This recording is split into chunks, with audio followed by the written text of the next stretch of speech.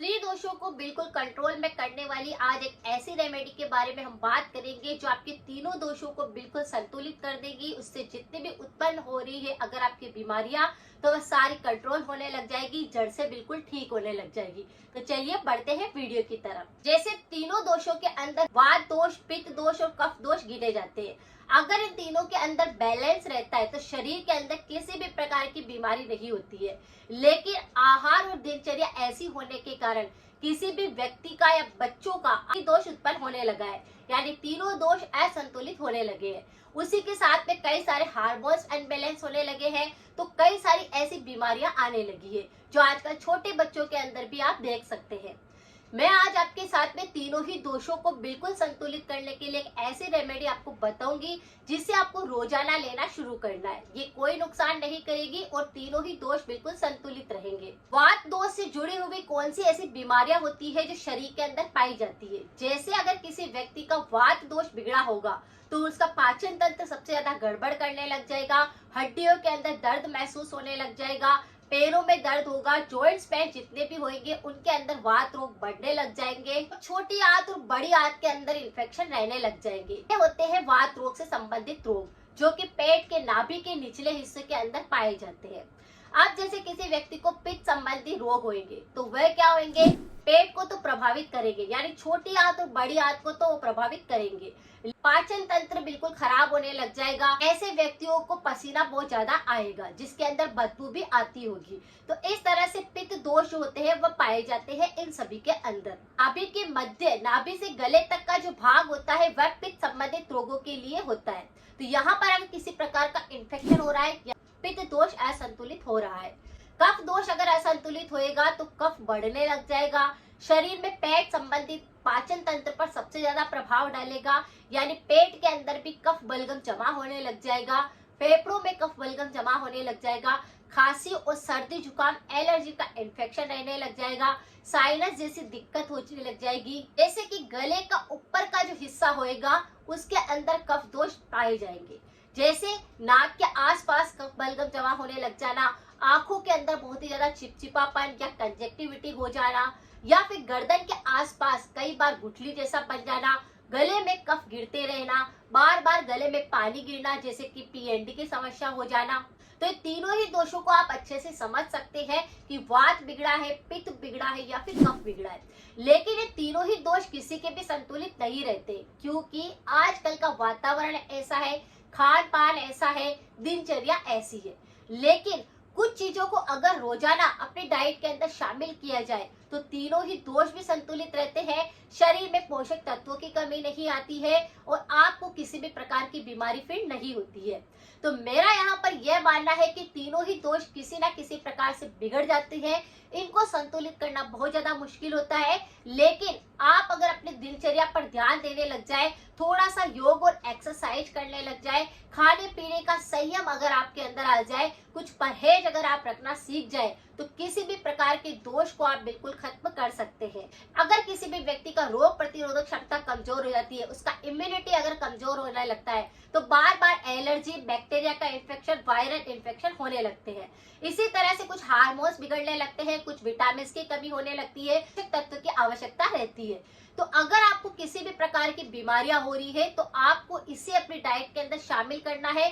2 से 4 दिन के अंदर ही आपको रिजल्ट दिख जाएगा, तो इसे जल्द से जल्द चालू करना है। मैं जिस रेमेडी की बात कर रही हूँ वह है दुर्वा। जो हम गणपति भगवान को दुर्वा चढ़ाते हैं अगर हमारे बुध को मजबूत करना होता है, उसी तरह से इसी दुर्वा के ऊपर अगर हम नंगे पैर चलते हैं तो हमारी आंखों की रोशनी बढ़ती है। लेकिन इस दुर्वा को अलग अलग बीमारी के अंदर हम अलग अलग तरह से लेकर के कई सारे शरीर की बीमारियों को खत्म कर सकते हैं। ये तीनों दोषों को संतुलित करती है। दुर्वा के कई सारे नाम होते हैं, जैसे इसे कई लोग दूब के नाम से जानते हैं, कुछ लोग इसे घास के नाम से जानते हैं, कुछ लोग इसे हरी दूब के नाम से जानते हैं। लेकिन इसका इतना सा तात्पर्य समझ लीजिए कि ये वही दूब है जो चमत्कारी है, जो हम भगवान को अर्पित करते हैं। तो इतनी अच्छी दूब के अंदर कितने सारे न्यूट्रिशन हैं, इतने सारे इसके अंदर एंटीऑक्सीडेंट भरे हुए होते हैं कि ये कई तरह की बीमारियों को ठीक करती है। जैसे इसके स्वाद के बारे में बात करें तो इसका स्वाद थोड़ा सा मीठा होता है, थोड़ा सा कड़वा होता है और थोड़ा सा कसेला होता है। तीनों ही दोषों पर ये काम करता है। इसका सेवन करना बहुत ही ज्यादा फायदेकारी होता है। जैसे किसी भी व्यक्ति को रोग प्रतिरोधक क्षमता बढ़ानी है, अपने शरीर का एनर्जी लेवल बूस्ट करना है, अपने शरीर की रोग प्रतिरोधक क्षमता को इतना पावरफुल बना देना है कि शाम तक आपको थकान महसूस ना हो। सुबह से लेकर शाम तक आप चाहे कितनी ही मेहनत करें, कितनी ही पढ़ाई करें, चाहे किसी भी प्रकार के काम को करें, आपके अंदर बिल्कुल भी थकावट ना आए, आलस्य बिल्कुल भी ना आए। तो इसका सेवन आपको करना है। कैसे करना है? रोजाना आपको एक मुट्ठी भरकर हरी धूप तोड़ लेनी है ताजा, और उसे साफ पानी से धो लेना है। उसे पानी के अंदर डाल करके बॉईल कर लेना है और 1 कप पानी बनाकर इसे भूखे पेट सुबह सुबह अगर लिया जाए तो फर्क आप 2 या 4 दिन के अंदर ही देखेंगे।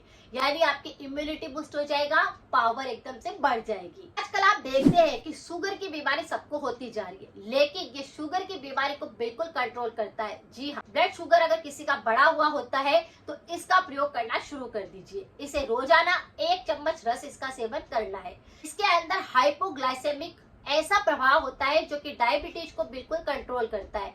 रक्त के अंदर आपके शुगर लेवल बिल्कुल नॉर्मल रहेगा, तो आपको चक्कर नहीं आएंगे, किसी भी प्रकार की कमजोरी महसूस नहीं होगी इसका प्रयोग करने से। तो रोजाना थोड़ी सी दूध का आप रस निकाल लीजिए और उसे आप पीना शुरू कर दीजिए। आपका डायबिटीज बिल्कुल कंट्रोल हो जाएगा। हरी दूध का रस अगर आप ताजा नहीं निकाल सकते हैं तो ये बना बुनाया मार्केट के अंदर पैकेट में भी मिलता है, आप उसका इस्तेमाल भी कर सकते हैं। लेकिन हो सके तो हरी दूध आप ताजा तोड़ लाइए और उसका सेवन करिए। अगर किसी भी व्यक्ति का पाचन तंत्र बहुत ज्यादा कमजोर है, कब्ज की दिक्कत बहुत ज्यादा होती है, एसिडिटी बहुत ज्यादा होती है, जलन की समस्या बहुत ज्यादा है, शरीर के अंदर गर्मी रहती है, पसीने के अंदर बदबू आती है, तो भी आप इसका सेवन कर सकते हैं। रोजाना आपको इसका 1 ढक्कन भरकर पी लेना है। आप फर्क महसूस करेंगे, एसिडिटी जड़ से साफ हो जाएगी, पुराने से पुरानी कब्ज बिल्कुल सही हो जाएगी, सुबह सुबह पेट पूरी तरह से साफ हो जाएगा। यानी ये पाचन तंत्र को डिटॉक्स करने में भी मदद करता है। मोटापे से महिलाएं और पुरुष काफी ज्यादा परेशान रहते हैं कि चर्बी बहुत ज्यादा बढ़ रही है, पेट के आसपास के एरिया में मोटापा बढ़ रहा है, तो भी आप इसका सेवन कर सकते हैं। अपने वजन को कम कर सकते हैं, मोटापे को कंट्रोल कर सकते हैं। आपका मोटापा नहीं बढ़ेगा तो आपकी जवानी ज्यादा समय तक रहेगी, आपको बीमारियां जल्दी नहीं लगेगी। आजकल आपने देखा होगा कि हर कोई महिला और पुरुष इतने मोटे होते जा रहे हैं कि उनके शरीर में ऊर्जा लेवल कम हो जाता है, उनको भूख कम लगने लगती है और सिर्फ मोटापा ही मोटापा बढ़ जाता है, जिसकी वजह से वो कोई से भी कपड़े पहनते हैं तो सुंदर नहीं दिखते हैं, क्योंकि उनका मोटापा ही इतना ज्यादा बढ़ जाता है। लेकिन अगर आपको बिल्कुल फिट रहना है तो आप इसका सेवन कर सकते हैं।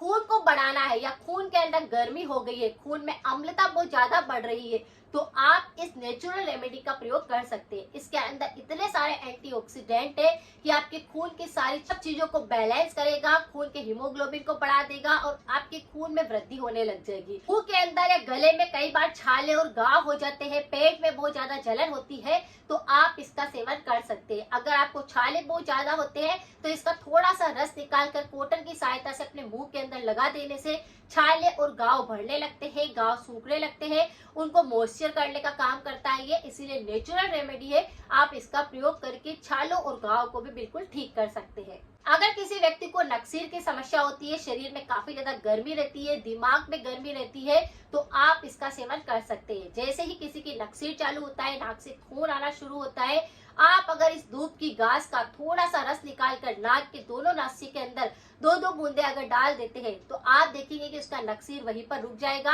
जिससे कि उसके शरीर में गर्मी नहीं बढ़ेगी और कोई बीमारी नहीं बढ़ेगी। तो तुरंत ही काम करता है, इसका इस्तेमाल कर सकते हैं। किसी को बवासीर की दिक्कत है, और बवासीर काफी सारे लोगों को परेशान करता है, क्योंकि अगर पेट साफ नहीं होता है, खाना पचता नहीं है, तो ये बवासीर का रोग बन जाता है। इस बवासीर को जड़ से खत्म करने के लिए आप इस दूध की घास का प्रयोग कर सकते हैं, जिससे आपके नेचुरली इलाज हो जाएगा और आपके बवासीर के मस्से होंगे, चाहे खूनी बवासीर होगा तो उससे बिल्कुल सही हो जाएगा। दूध लानी है आपको और उसका पेस्ट बना लेना है, और उस पेस्ट को बनाने के बाद थोड़ा सा आप इस तरह से वहां पर गुदा बांध के यहाँ पर लगा देते हैं, तो बवासीर किसी भी प्रकार का होता है उस पर आपको आराम आ जाता है। यानी खूनी बवासीर है तो खून आना बंद हो जाएगा, मवाद आना बंद हो जाएगा, मस्से जड़ने लग जाएंगे और वहां का जितना भी बैक्टीरिया का इन्फेक्शन होएगा वह बिल्कुल जड़ से साफ हो जाएगा। तो इसका इस्तेमाल करके बवासीर को भी आप बिल्कुल ठीक कर सकते हैं।